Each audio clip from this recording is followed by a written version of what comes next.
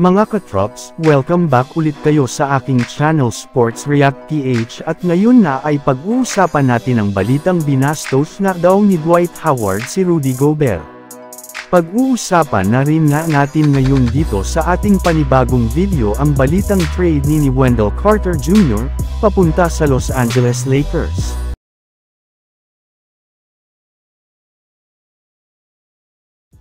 Matapang nga mga katrops, panyanatamaan at sinisi ni Dwight Howard ang mismong general manager ng Los Angeles Lakers na si Rob Pelinka sa pagkakabuwag ng kanilang 2020 championship lineup. Ayon nga sa naging pahayag nito, magkakaroon pa nga daw sana sila ng pangalawang kampyonato kung hindi nila pinagtatanggal ang kanilang nga dating player. Bukod rin nga dyan mga katrops, matapang na rin naman nga pinahiya ngayon ni Dwight Howard si Rudy Gobert matapos niyang sabihin sa harap ng media na hindi nga daw po nito deserve na makakuha ng Defensive Player of the Year.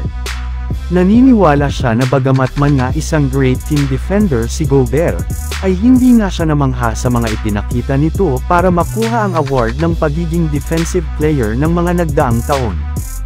Hindi rin naman nga niya nakikita si Gobert bilang isang elite defender since bukod sa pagiging 7'2" nito na big man ay wala rin naman nga siyang iba pang gagawin kundi manatili sa ilalim ng basket at maghintay hanggang sa magkamali ang kanilang mga kalaban. Sa madaling salita, umaasa lamang nga ito para sa kanyang tangkad at laki kaya hindi na nakapagtataka bakit parati siyang naa-outplayed pagdating ng playoffs.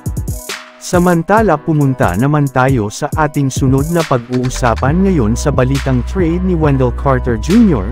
papunta sa Los Angeles Lakers na pag-usapan na nga natin mga katrops.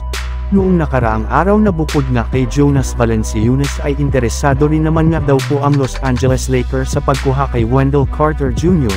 mula sa Orlando Magic bago pa man samalit ang trade deadline next season sa Pebrero. Isa rin naman nga ito 25-year-old na 6'10" na big man na meron pang napakalaking potential sa NBA sa pag-average niya last season ng 11 points at 7 rebounds per game sa kanyang 52.5% shooting. Bukod nga sa kanyang size ay napaka-physical rin naman nga nito na maglaro. At kung sakasakali man nga na makuha ito ni Rob Pelinka ay magagamit nga nila siya bilang katandem ni Anthony Davis sa kanilang front court.